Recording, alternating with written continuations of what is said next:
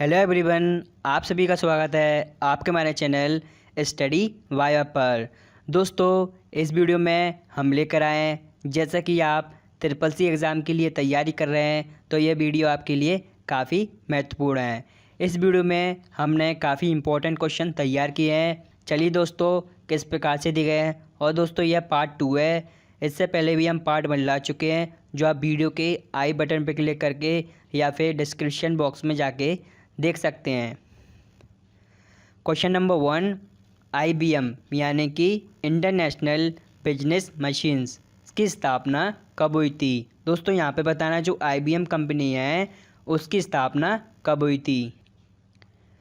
इसका सही आंसर है ऑप्शन डी, 1911 में IBM कंपनी की स्थापना हुई थी। दोस्तों, जो IBM कंपनी है यह सुपर कंप्यूटर और टेक्निकल इंस्ट्रूमेंट और कंप्यूटर पार्ट्स और सॉफ्टवेयर हार्डवेयर का निर्माण करती है IBM कंपनी।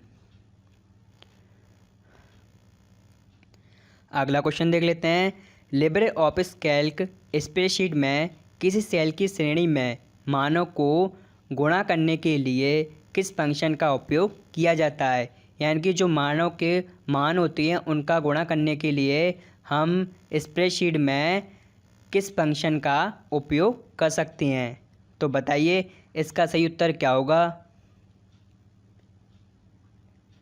इसका सही आंसर है ऑप्शन बी, प्रोडक्ट फंक्शन का उपयोग करके हम मानों का गुणा कर सकते हैं। अगला क्वेश्चन देख लेते हैं। लिब्रे ऑफिस कैल्क में स्तंभ यानी कि कॉलम पते किस रूप में बने होते हैं।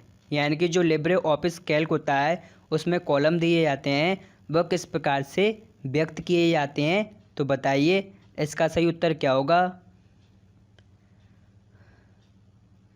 तो दोस्तों, यहाँ पे लिब्रे ऑफिस स्तंभ या फिर कॉलम को लेटर के रूप में, जैसे कि ABCD आदि के रूप में व्यक्त किया जाता है कॉलम को। और दोस्तों, यहाँ पे जो रो के रूप में, नंबर्स के रूप में व्यक्त किया जाता है रो को।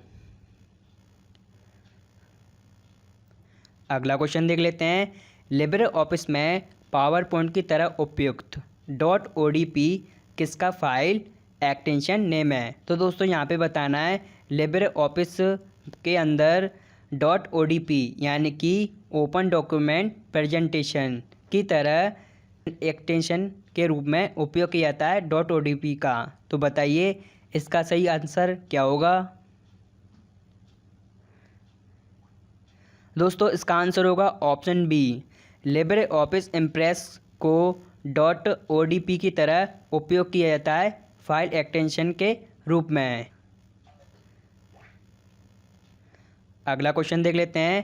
निम्न में कौन सा एक फाइनेंशियल फंक्शन नहीं है। तो दोस्तों, इन 4 ऑप्शन बताना है वो कौन सा विकल्प है जो फाइनेंशियल फंक्शन की तरह उपयोग नहीं किया जाता। तो दोस्तों, यहाँ पे NPV या फाइनेंशियल फंक्शन की तरह उपयोग किया जाता है। PMT यह भी फाइनेंशियल फंक्शन की तरह उपयोग किया जाता है। DDB यह भी फाइनेंशियल फंक्शन की तरह उपयोग किया जाता है। तो दोस्तों, इसका आंसर होगा ऑप्शन डी, फेल्स। तो दोस्तों, यहाँ पे जो फेल्स होता है वो लॉजिकल फंक्शन की तरह उपयोग किया जाता है फेल्स का। अगला क्वेश्चन देख लेते हैं। सामान्यतः माउस का कौन सा बटन इंटर की तरह कार्य करता है। दोस्तों, यहाँ पे बताना है वह माउस का कौन सा बटन है जो कीबोर्ड इंटर की तरह कार्य करता है। पढ़ लीजिए अच्छे से, इसका आंसर आपको मिल जाएगा। तो दोस्तों, इसका आंसर होगा ऑप्शन बी, लेफ्ट बटन या फिर बायां बटन। माउस का जो बायां बटन होता है वो उसका कार्य इंटर की तरह होता है। यानी कि किसी सॉफ्टवेयर में एंटर करना या किसी प्रोग्राम में पहुंचना इंटर की तरह उपयोग किया जाता है माउस के लेफ्ट बटन का। अगला क्वेश्चन देख लेते हैं। निम्न में कौन सा एक सही फॉर्मूला है। दोस्तों, यहाँ पे जो स्प्रेडशीट होती है, जैसे कि लिब्रे ऑफिस कैल्क या फिर माइक्रोसॉफ्ट एक्सेल में जो स्प्रेडशीट होती है उसमें फॉर्मूले की तरह कौन सा विकल्प है। इन 4 ऑप्शन में बताइए इसका सही उत्तर क्या होगा। तो दोस्तों, यहाँ पे इसका आंसर होगा ऑप्शन ए। सबसे पहले दोस्तों यहाँ पे आएगा इक्वल, उसके बाद आएगा 55 प्लस 66/2। तो इसका आंसर होगा ऑप्शन ए। अगला प्रश्न देख लेते हैं, विंडोज़ एक्सपी का डिफ़ॉल्ट वेब ब्राउज़र कौन सा है। इन चार ऑप्शन बताना है दोस्तों। जो विंडोज़ एक्सपी है उसमें वेब ब्राउज़र के रूप में डिफ़ॉल्ट वेब ब्राउज़र कौन सा है। इसका सही आंसर है ऑप्शन ए। इंटरनेट एक्सप्लोरर को हम डिफ़ॉल्ट ब्राउज़र के रूप में उपयोग करते हैं विंडोज़ एक्सपी में। अगला क्वेश्चन, DHCP का फुल फॉर्म क्या है। तो दोस्तों यहाँ पे बताना है DHCP का विस्तृत रूप क्या है। इन चार ऑप्शन में पढ़ लीजिए अच्छे से, आपको इसका आंसर जल्दी मिल जाएगा। तो इसका आंसर होगा option D, dynamic host configuration protocol होता है हमारा DHCP का फुल फॉर्म। अगला क्वेश्चन देख लेते हैं, IPv6 एड्रेस में कितने बिट्स होते हैं। दोस्तों यहाँ पे बताना है IPv6 एड्रेस में कितने बिट्स होते हैं। तो पढ़ लीजिए अच्छे से, आपने इसका आंसर ज़रूर पढ़ा होगा कहीं पे।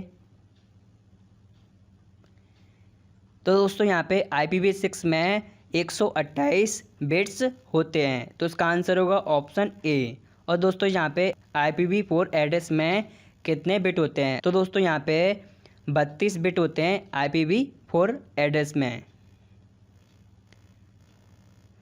अगला प्रश्न देख लेते हैं, स्काइप, माइक्रोसॉफ्ट टीम्स और ब्लू जीन्स इन सभी सॉफ्टवेयर का उपयोग विकल्प के लिए किया जाता है। दोस्तों यहाँ पे बताना, जो स्काइप है या फिर माइक्रोसॉफ्ट टीम्स है या फिर ब्लू जीन्स है, इन सभी सॉफ्टवेयर का उपयोग किस लिए किया जाता है। इसका सही आंसर है ऑप्शन ए, वीडियो कॉन्फ्रेंसिंग के लिए किया जाता है स्काइप या फिर माइक्रोसॉफ्ट ऑफिस टीम्स या फिर ब्लू जीन्स का। अगला क्वेश्चन देख लेते हैं, निम्न में पहला ग्राफिकल यूजर इंटरफेस पर आधारित ऑपरेटिंग सिस्टम कौन सा था। यानी कि GUI पर आधारित पहला ऑपरेटिंग सिस्टम यानी कि OS कौन सा था। तो बताइए इसका सही उत्तर क्या होगा। इसका सही आंसर है ऑप्शन बी, विंडोज़ 1.0X का जो वर्जन था उसमें सबसे पहले ग्राफिकल यूज़र इंटरफेस का उपयोग किया गया था। दोस्तों यहाँ पे जो GUI होता है उसमें आइकन्स होते हैं, कुछ ग्राफिक्स होते हैं, कुछ चित्र होते हैं, कुछ वॉलपेपर होते हैं आदि जो ग्राफिकल रूप में प्रदर्शित होते हैं, उनको उपयोग करते हैं हम GUI के अंदर। अगला प्रश्न, USSD का फुल विस्तृत रूप क्या है। तो दोस्तों यहाँ पे बताना है USSD का फुल फॉर्म क्या है। पढ़ लीजिए जैसे, आपको इसका आंसर जल्दी मिल जाएगा। तो दोस्तों इसका आंसर होगा ऑप्शन ए, unstructured supplementary service data. USSD का फुल फॉर्म होता है। अगला प्रश्न देख लेते हैं, निम्नलिखित में से कौन हार्ड डिस्क पर डेटा को दोबारा क्रम से लगाता है ताकि कंप्यूटर अधिक कार्यकुशल पूर्वक चल सके। यानी कि जो हार्ड डिस्क पर डेटा को दोबारा क्रम में लगाता है जिसके द्वारा हमारा कंप्यूटर दोबारा अच्छे तरीके से चल सके। तो बताइए हम किस विकल्प का उपयोग कर सकते हैं इस क्वेश्चन के आंसर के रूप में। तो दोस्तों इसका आंसर होगा ऑप्शन डी, डिस्क डिफ्रैगमेंट के द्वारा हम अपने कंप्यूटर को हार्ड डिस्क में जो डेटा को होता है उससे सही दोबारा क्रम में लगा सकते हैं जिससे हमारा कंप्यूटर और अधिक फास्ट चल सके। अगला क्वेश्चन देख लेते हैं, विकल्प दबाने से फाइल रिसाइकल बिन में भेजे बिना हमेशा के लिए डिलीट हो जाती है। तो दोस्तों बताइए वो कौन सी शॉर्टकट की है जिसका उपयोग करने पर हमारी जो फाइल होती है बिना रिसाइकल बिन में जाए हमेशा के लिए डिलीट हो जाती है। तो बताइए इसका आंसर क्या होगा, आपने पढ़ा होगा। इसका सही आंसर है option C, shift plus delete key press करके हम अपनी फाइल या फोल्डर को बिना रिसाइकल पिन में भेजे हमेशा के लिए डिलीट कर सकते हैं।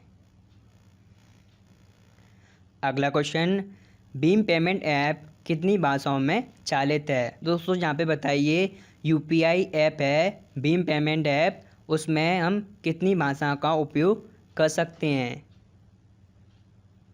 इसका सही आंसर है ऑप्शन बी, 13 भाषा का उपयोग कर सकते हैं। अगला क्वेश्चन, विंडोज़ सिस्टम में काम करते समय विंडोज़ की +D को प्रेस करने पर क्या कार्य प्रदर्शित होता है? दोस्तों यहाँ पे बताइए, विंडोज़ सिस्टम में हम विंडोज़ की +D प्रेस करेंगे तो वह कौन सा कार्य है जो प्रदर्शित होगा?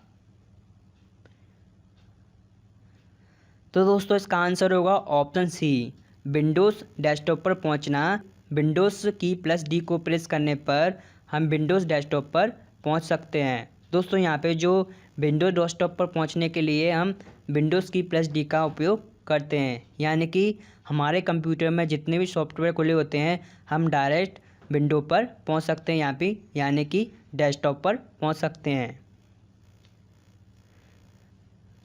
अगला क्वेश्चन देख लेते हैं, लिब्रे ऑफिस कैल्क में डायरेक्ट फॉर्मेट हटाने या फिर क्लियर करने की शॉर्टकट कुंजी क्या है? तो बताइए, फॉर्मेटिंग क्लियर करने की शॉर्टकट की कौन सी है लिब्रे ऑफिस कैल्क में? इसका सही आंसर है ऑप्शन सी, Ctrl+M को प्रेस करके हम क्लियर फॉर्मेटिंग कर सकते हैं। अगला प्रश्न, निम्नलिखित में से कौन सा लोकप्रिय यूटिलिटी सॉफ्टवेयर है जो फाइल कंप्रेस के लिए उपयोग किया जाता है? यानी कि बताइए वो कौन सा सॉफ्टवेयर है जिसके द्वारा हम फाइलों को कंप्रेशन कर सकते हैं। तो दोस्तों इसका आंसर आपको पता चल गया होगा। इसका सही आंसर है ऑप्शन ए, विनजिप का उपयोग करते हैं हम फाइलों को कंप्रेशन करने के लिए, या फिर हमारी जितने भी अधिक फाइल होती हैं उनको एक ही फाइल में लगाने के लिए हम फाइल कंप्रेशन का उपयोग करते हैं विनजिप का रूप में। अगला प्रश्न देख लेते हैं, यूनिफाइड पेमेंट इंटरफेस यानी कि यूपीआई होता है, वह किसके द्वारा निर्मित किया गया था? तो बताइए, जो यूपीआई है यूनिफाइड पेमेंट इंटरफेस, वह किसके द्वारा बनाया गया था? इसका सही आंसर है ऑप्शन सी, भारतीय राष्ट्रीय भुगतान निगम के द्वारा निर्मित किया गया था यूपीआई। अगला प्रश्न देख लेते हैं, माइक्रो प्रोसेसर का उपयोग किस पीढ़ी के कंप्यूटर में प्रारंभ हुआ? दोस्तों यहाँ पे बताइए, जो माइक्रो प्रोसेसर होते हैं उनका उपयोग किस पीढ़ी के कंप्यूटर से चालू किया गया था या फिर विकास किया गया था? तो दोस्तों इसका आंसर होगा ऑप्शन डी, तृतीय पीढ़ी के कंप्यूटर में माइक्रो प्रोसेसर का उपयोग प्रारंभ हुआ था। अगला प्रश्न देख लेते हैं, निम्न में कौन सी कीबोर्ड की को कार्यबंद की तरह उपयोग कर सकते हैं? यानी कि जो बताइए वो कौन सी शॉर्टकट की है या फिर कौन सी सिंगल की है जिसका उपयोग कार्यबंद की तरह उपयोग करते हैं, यानी कि किसी प्रोग्राम को कैंसिल करने या फिर रोकने के लिए उपयोग करते हैं। तो दोस्तों इसका आंसर आपको मिल गया होगा। इसका सही आंसर है ऑप्शन ए, एस्केप कुंजी का उपयोग करते हैं। डिलीट कुंजी के द्वारा हम डिलीट कर सकते हैं और एंड की के द्वारा हम किसी भी सॉफ्टवेयर प्रोग्राम में अंतिम पेज पर जा सकते हैं, और F1 के द्वारा दोस्तों हम किसी भी सॉफ्टवेयर का हेल्प विंडो खोल सकते हैं। अगला प्रश्न, विदेश में मुद्रागमन के लिए किस मुद्रागमन सुविधा का उपयोग कर सकते हैं? यानी कि बताइए, विदेश में मनी ट्रांसफ़र के लिए हम किस यूटिलिटी या फिर सुविधा का उपयोग कर सकते हैं? इसका सही आंसर है ऑप्शन ए, स्विफ्ट का उपयोग करते हैं। अगला प्रश्न, निम्न में कौन सा एक इंस्टेंट मैसेजिंग ऐप है? तो दोस्तों यहाँ पे बताइए, इंस्टेंट मैसेजिंग ऐप कौन सा है इन 4 ऑप्शन में? तो दोस्तों यहाँ पे टेलीग्राम, यह भी एक मैसेजिंग ऐप है। वाइबर, यह भी एक मैसेजिंग ऐप है। और कोका ओ टॉक, यह भी एक प्रकार का इंस्टेंट मैसेजिंग ऐप है। तो दोस्तों इसका आंसर होगा ऑप्शन डी। अगला क्वेश्चन देख लेते हैं। मल्टीपल स्लाइड में अंतिम स्लाइड पर जाने के लिए उपयुक्त शॉर्टकट की कौन सी है। यानी कि दोस्तों बताइए, जैसे कि हमने प्रेजेंटेशन में एक से अधिक स्लाइड क्रिएट किए हैं और उसमें हमें अंतिम स्लाइड पर पहुंचना है, तो बताइए कौन सी शॉर्टकट की का उपयोग करेंगे। तो दोस्तों यहाँ पे इसका आंसर होगा ऑप्शन इंड कुंजी के द्वारा हम अंतिम स्लाइड पर जा सकते हैं और एस्केप कुंजी के द्वारा दोस्तों हम जो प्रेजेंटेशन लेते हैं उसको हम कैंसिल कर सकते हैं। अगला प्रश्न, दो सेलों को आपस में जोड़ने के लिए किस कमांड का उपयोग करेंगे। यानी कि दोस्तों जो बताइए MS ऑफिस एक्सेल में या फिर लिब्रे ऑफिस कैल्क में दो सेलों को जोड़ने के लिए किस कमांड का उपयोग कर सकते हैं। तो दोस्तों इसका आंसर होगा ऑप्शन ए। मर्ज सेल्स का उपयोग करके हम दो या दो से अधिक सेलों को एक सेल में परिवर्तित कर सकते हैं। और दोस्तों यहाँ पे जो ब्रैप टेक्स्ट होता है उसमें हम एक सेल में किसी बड़े टेक्स्ट को टाइप करते हैं तो वह दिखाई नहीं देता है। ब्रैप टेक्स्ट का उपयोग करके हम उसे पूरा प्रदर्शित कर सकते हैं। और दोस्तों यहाँ पे ओरिएंटेशन क्या होता है, टेक्स्ट का एक प्रकार का प्रारूप होता है। और दोस्तों यहाँ पे स्प्लिट सेल्स के द्वारा हम सेल्स को काट सकते हैं। अगला प्रश्न देख लेते हैं। लेज़र प्रिंटर किसका उदाहरण है। दोस्तों यहाँ पे बताइए जो लेज़र प्रिंटर होते हैं वह किसका एग्जाम्पल है। इसका सही आंसर है ऑप्शन ए। इलेक्ट्रोस्टैटिक प्रिंटर होता है हमारा लेज़र प्रिंटर। अगला प्रश्न, दिशा में डी का क्या अर्थ है। दोस्तों यहाँ पे बताइए दिशा में डी का क्या अर्थ है इन चार विकल्प में। तो दोस्तों यहाँ पे इसका आंसर होगा ऑप्शन बी। डेवलपिंग होता है दिशा में डी का अर्थ। अगला क्वेश्चन देख लेते हैं।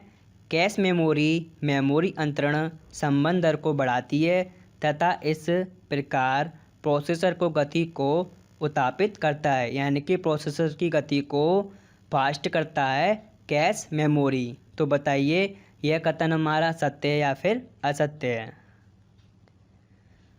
तो दोस्तों यहाँ पे इसका आंसर आएगा ऑप्शन ए। यह कथन हमारा सत्य या फिर ट्रू है।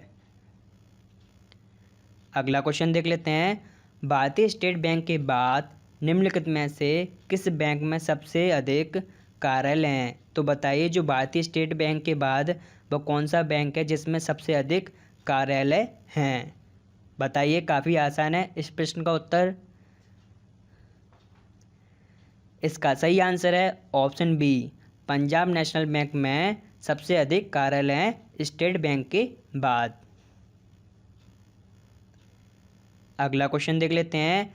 विकल्प उपकरणों का उपयोग सुरक्षा की पहचान और उपकरण सत्यापन के लिए किया जाता है। तो बताइए इसका सही उत्तर क्या होगा। तो दोस्तों यहाँ पे ऑप्शन बी आएगा। बायोमेट्रिक उपकरणों के या फिर डिवाइस के द्वारा सुरक्षा की पहचान और उपकरण सत्यापन के लिए उपयोग किया जाता है बायोमेट्रिक डिवाइस का। अगला क्वेश्चन देख लेते हैं। बैंकिंग या फिर वित्तीय क्षेत्र में उपयुक्त EMI शब्द का विस्तृत रूप क्या है। दोस्तों यहाँ पे बताना है EMI का फुल फॉर्म क्या है। पढ़ लीजिए अच्छे से, इसका आंसर मिल जाएगा जल्दी। तो दोस्तों इसका आंसर होगा option A. Equated monthly installment होता है EMI का फुल फॉर्म। क्या होता है, इक्वेटेड मंथली इंस्टॉलमेंट। अगला क्वेश्चन देख लेते हैं। फर्मवेयर प्रोग्रामिंग है जो एक विकल्प की अंशात्मक मेमोरी में लिखी जाती है। यानी कि जो फर्मवेयर क्या होता है, एक प्रोग्रामिंग होती है जो बताइए वह किस में लिखी जाती है या फिर किस में उपयोग किया जाता है फर्मवेयर का। तो दोस्तों यहाँ पे इसमें सॉफ्टवेयर डिवाइसेस में उपयोग किया जाता है और हार्डवेयर डिवाइस में उपयोग किया जाता है हमारे फर्मवेयर वेयर का। तो इसका आंसर होगा ऑप्शन सी। ये दोनों सभी विकल्प सही हैं, ये दोनों विकल्प फर्मवेयर में शामिल हैं। अगला प्रश्न क्या है? नेटवर्किंग तकनीक है जिसमें एक साझा संचार माध्यम के माध्यम से एक साथ संचरण के लिए कई डेटा सिग्नलों को जोड़ा जाता है, तो बताइए उसे क्या कहते हैं। यानी कि वो नेटवर्किंग एक प्रकार की तकनीक है जिसमें संचार माध्यम के एक माध्यम से संचार संचरण के लिए डेटा सिग्नलों को जोड़ा जाता है। तो बताइए इसका आंसर क्या होगा। तो इसका आंसर होगा ऑप्शन ए, FDM, यानी कि फ्रीक्वेंसी डिवीज़न मल्टीप्लेक्सिंग के द्वारा हम डेटा सिग्नलों को जोड़ते हैं।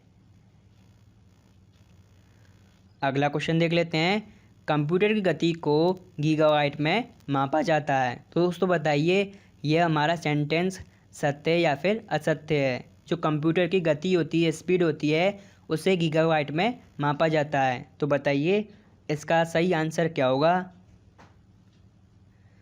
तो दोस्तों यहाँ पे इसका आंसर होगा ऑप्शन बी, यानी कि यह कथन हमारा असत्य है। तो दोस्तों यहाँ पे कंप्यूटर की जो स्पीड होती है उसे हर्ट्ज में मापते हैं। अगला क्वेश्चन देख लेते हैं। कैल्क स्प्रेडशीट में सेल को एडिट या फिर एक्टिव करने के लिए निम्न में हम किस कमांड का चयन करेंगे। यानी कि जो स्प्रेडशीट होती है उसमें सेल दी जाती है और बताइए उस सेल को एक्टिव करना है या फिर एडिट करना है। तो बताइए हम इन चार ऑप्शन में किस विकल्प का उपयोग करेंगे। तो दोस्तों यहाँ पे जो सेल होती है उसे एडिट या एक्टिव करने के लिए हम फंक्शन कुंजी F2 का भी उपयोग कर सकते हैं और माउस के बाएं बटन के डबल क्लिक के आधार पर भी कर सकते हैं। यानी कि लेफ़्ट बटन को दबाकर 2 बार दबाकर हम उस सेल को एक्टिव कर सकते हैं। तो इसका आंसर होगा ऑप्शन सी, ये दोनों विकल्प हमारे शामिल हैं। अगला क्वेश्चन देख लेते हैं। निम्न में कौन सी एक नेटवर्क सुरक्षा तकनीक है। तो दोस्तों यहाँ पे बताइए जो नेटवर्क सिक्योरिटी टेक्निक है इन चार ऑप्शन में। तो इसका आंसर होगा option B, instructions detection system में नेटवर्क सुरक्षा तकनीक होती है। अगला क्वेश्चन देख लेते हैं। किसी सॉफ्टवेयर को मेल द्वारा भेजने के लिए किस सुविधा का उपयोग किया जा सकता है। यानी कि यहाँ पे बताना है दोस्तों हमें किसी सॉफ्टवेयर को मेल द्वारा भेजना है, तो बताइए हम किस विकल्प का ऐसा चुनाव कर सकते हैं। फाइल के द्वारा भेज सकते हैं या फिर PDF के द्वारा भेज सकते हैं या फिर जिप फाइल बनाकर भेज सकते हैं या फिर सॉफ्टवेयर को डिकोड करके भेज सकते हैं। तो दोस्तों यहाँ पे हम किसी सॉफ्टवेयर को बिन जिप फाइल में कन्वर्ट करके ईमेल के द्वारा हम सेंड कर सकते हैं, किसी को भी सेंड कर सकते हैं मेल के द्वारा किसी सॉफ्टवेयर को। अगला क्वेश्चन देख लेते हैं। क्या PC पर अभिगमन करने वाले नोटिफिकेशन को रोका जा सकता है। यानी कि जो हमारे कंप्यूटर पे नोटिफिकेशन आते हैं क्या हम उन्हें रोक सकते हैं या फिर नहीं रोक सकते। तो बताइए यह वाक्य सत्य या फिर असत्य है। तो दोस्तों यहाँ पे इसका आंसर आएगा ऑप्शन ए, उसे हम रोक सकते हैं। अगला प्रश्न देख लेते हैं। विजुअल बेसिक भाषा का उपयोग विशेष रूप से विकल्प के लिए किया जाता है। दोस्तों यहाँ पे बताइए जो विजुअल बेसिक भाषा होती है विशेष रूप से उसमें कहाँ पे इसका उपयोग किया जाता है। पढ़ लीजिए इसे से इसका आंसर आपको मिल जाए। इसका सही आंसर है ऑप्शन बी, माइक्रोसॉफ्ट में उपयोग किया जाता है विजुअल भाषा का उपयोग, यानी कि विजुअल बेसिक लैंग्वेज का उपयोग किया जाता है माइक्रोसॉफ्ट ऑफिस के अंदर। अगला प्रश्न देख लेते हैं। उबंटू क्या है। तो दोस्तों यहाँ पे बताइए उबंटू क्या है। इसका सही आंसर है ऑप्शन ए, एक open source desktop operating system है हमारा उबंटू, जिसका उपयोग लर्निंग पर्पज़ के लिए उपयोग किया जाता है। एक प्रकार का ऑपरेटिंग सिस्टम है, यानी कि बिना लाइसेंस के उपलब्ध होने वाला या फिर फ्री में उपलब्ध होने वाला एक प्रकार का ऑपरेटिंग सिस्टम है हमारा उबंटू।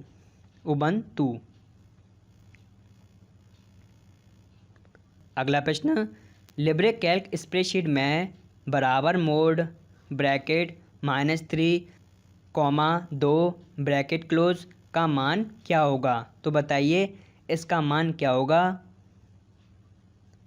इसका मान होगा दोस्तों ऑप्शन डी 1 होगा।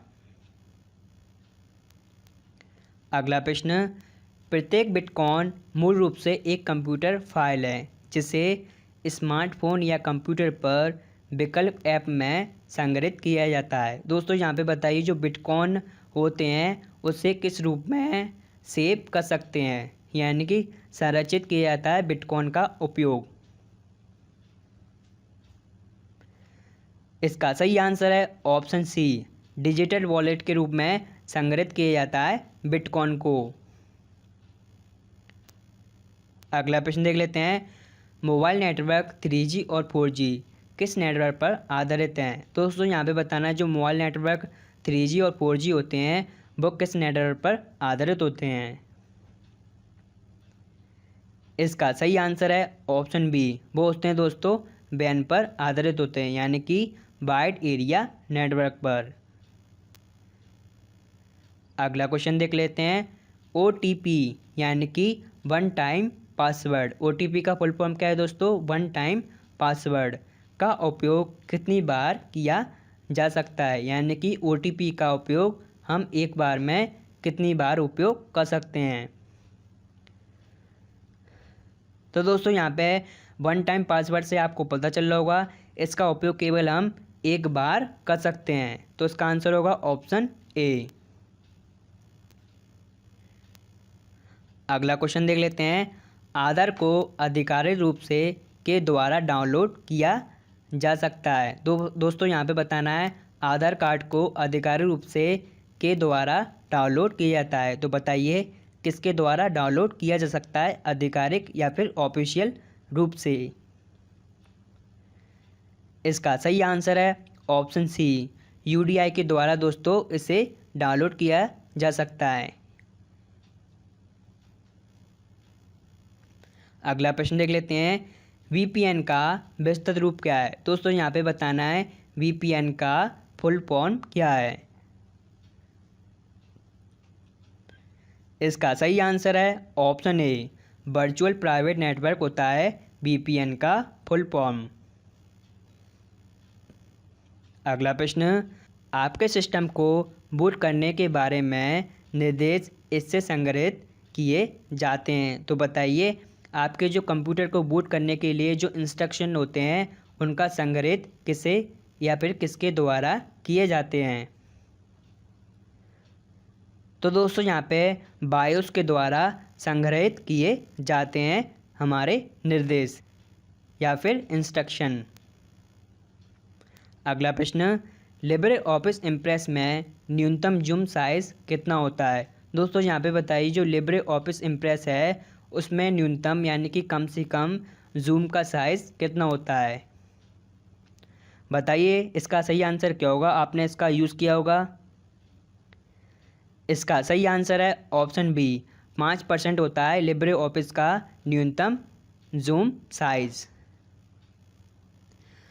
चलिए दोस्तों देख लेते हैं लास्ट प्रश्न, ENIAC एक था, तो दोस्तों यहाँ पे बताइए ENIAC क्या था इन चार ऑप्शन में, बताइए इसका सही आंसर क्या होगा। इसका सही आंसर है ऑप्शन बी, एक प्रकार का इलेक्ट्रॉनिक कंप्यूटर है हमारा ENIAC। चलिए दोस्तों मुझे उम्मीद है यह SSC एग्ज़ाम के लिए आपके लिए काफ़ी इम्पोर्टेंट क्वेश्चन है, और यदि आपको ये क्वेश्चन आपको कैसे लगे तो हमें वीडियो को ज़रूर लाइक कर दें, और यदि आप न्यू बस है तो प्लीज़ इस चैनल को सब्सक्राइब कर लें। इसी तरह हम SSC एग्ज़ाम के लिए क्वेश्चन लाते रहेंगे। चलिए दोस्तों वीडियो देखने के लिए धन्यवाद।